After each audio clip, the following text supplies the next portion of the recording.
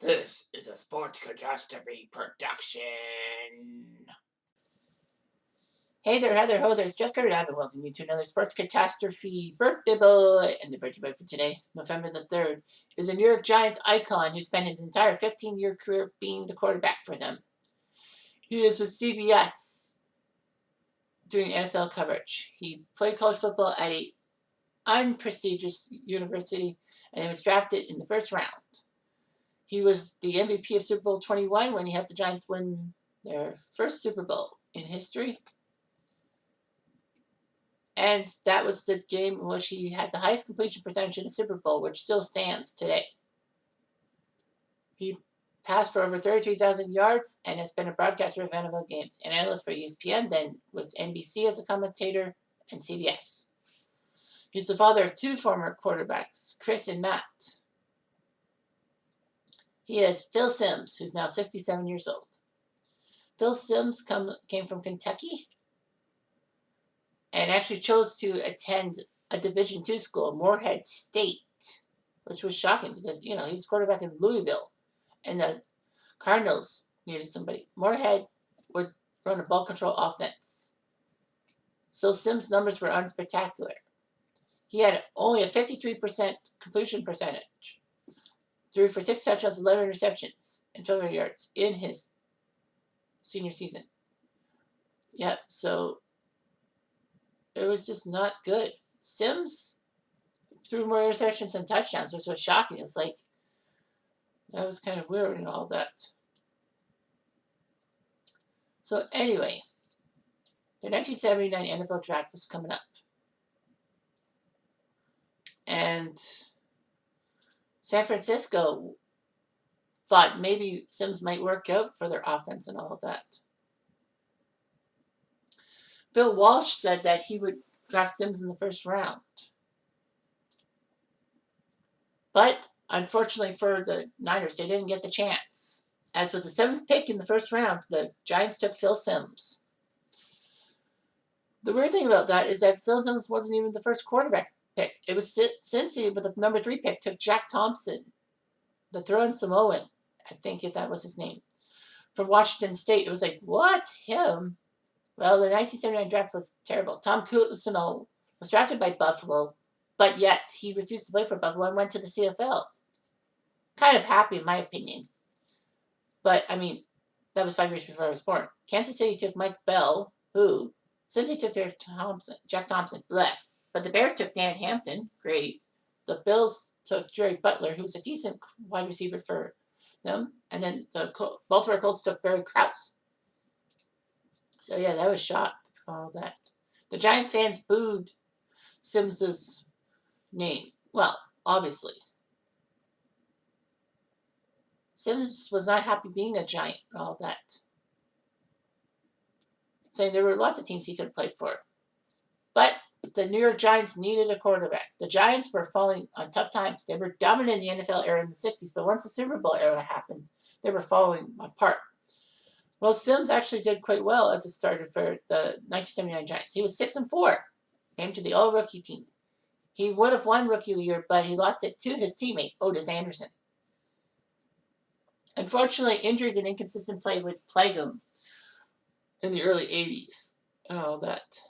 The Giants won a playoff game without Simms, thanks to Scott Brunner. Simms would have problems. He tore a knee ligament in the preseason in 82, and he couldn't play. So anyway, Ray Perkins left the Giants to go to the University of Alabama to be head coach after Barrett Bryant retired. And then, unfortunately, more than a month later, he died. Bill Parcells came in, and it was critical. Parcells decided to replace Simms with Brunner as the starting quarterback. Simms figured he might as well just ask for a trade. But nope, they didn't want to trade him. Why? I don't know. But anyway, Simms came in the 83 season in the 6th game, replacing a struggling Brunner. Unfortunately, Simms would get hurt with the thumb on his throwing hand hit the player's helmet. It was a dislocation. But the thumb was literally hanging off after impact, and the bone stuck out from the skin. Simms was basically a first-round flop. But for some strange reason, by 84, he went back to doing better. And offensive coordinator Ron Erhardt told Sims, you have to watch more game film. And Sims had not done that. Gee, that would have been huge. He knew about the NFL defenses, the team formations, and pass protection schemes. It worked. He got 4,044 passing yards, second in the NFC, and helped the Giants make the playoffs. In 80, and then he was named Pro Bowl MVP. Anyway, in the 85 season, he helped the Giants win 10 games. The first time they did that since 1963. So Sims was getting back to the way it was. And then in 86, when the Giants won 14 games, he was just as good and all that. The Giants would go on to the Super Bowl 21 against the Broncos, and Sims had one of the best performances in Super Bowl history. He completed 22 of 25 passes for 268 yards, making him have Super Bowl records for consecutive completions, 10, accuracy 88%, and passer rating 150.9. In addition, the passer rating set an NFL postseason record.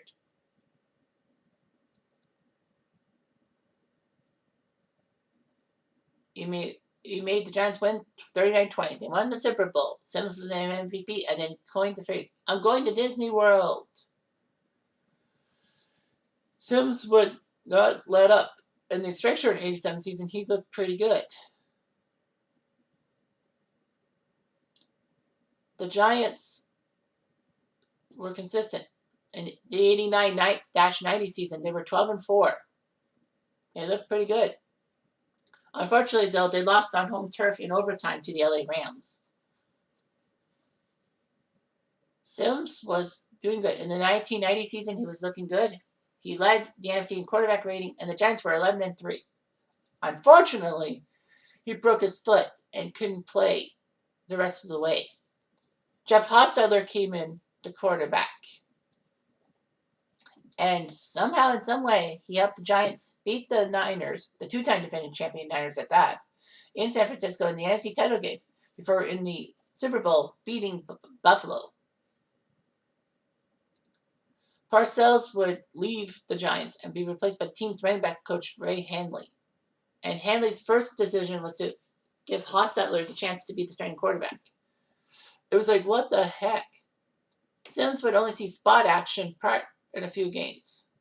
But Hostetler would get injured in week 13. Sims had to come back to the starting job. Unfortunately, the Giants didn't do that well. They were 1-3 the rest of the way, and they lost a trip to the playoffs. But Sims would be the 92 starter.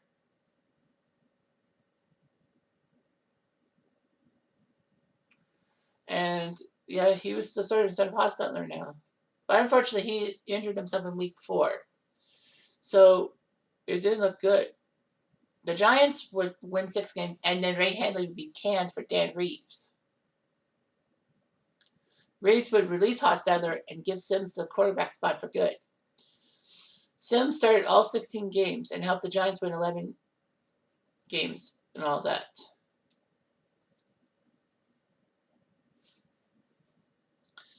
So the Giants beat the Vikings in the playoffs, and it looked good for the Giants to, be a smart team. Unfortunately, Sims would suffer a massive playoff loss, 44-3 or something close to that, to the Niners. He had to go through shoulder surgery to repair a torn labrum, and it was successful. It looked good, but for some stupid reason, the Giants decided to cut him during the off-season. So Sims decided to retire. It was just like, what the hell? Why did they get rid of him? He got them to 11 wins. I guess they were scared by his injury. Sims almost came out of retirement for the Cardinals in 94 and the Browns in 95, but he said no, I better stay. So Sims, in 14 seasons, would have over 33,000 yards and 199 touchdown passes.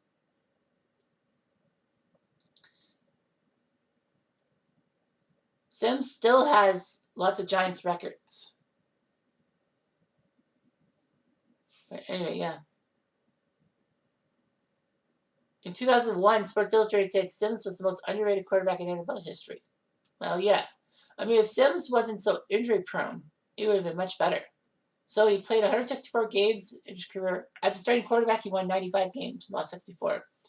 Passing 33,462 passing yards, 199 touchdowns, 157 interceptions. So yeah, Sims still holds many records. Passing yards in a game, 513, which he did in Cincy in 85. Best passer rating in a playoff season, 131 in 86. And in a playoff game, 150.9 in Super Bowl 21. Yeah. The Giants would retire Sims' jersey before the first game of the 95 season against the Cowboys.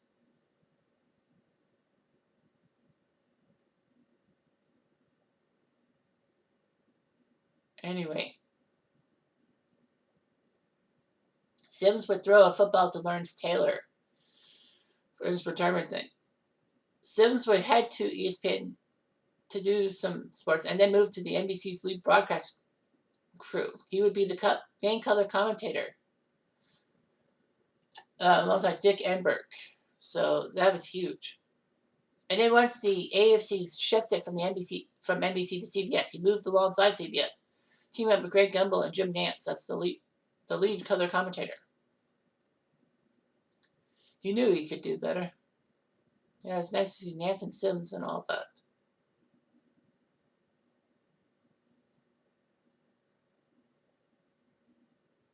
Anyway, Nantz and Sims actually was on the How I Met Your Mother episode of Rabbit or Duck. And is part of the broadcasting crew from Madden 13, 14, 15, and 16. So, great job by him to be on the Madden games. Anyway, yeah, he still works for CBS. So, well, he was a commentator. But then Tony Romo took over his job as lead color commentator, and Sims went to the pregame show.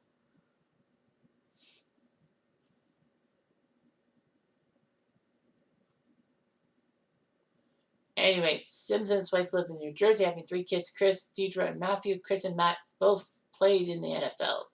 Not really that well, but it didn't matter. So yeah, Phil Sims was just that type of guy.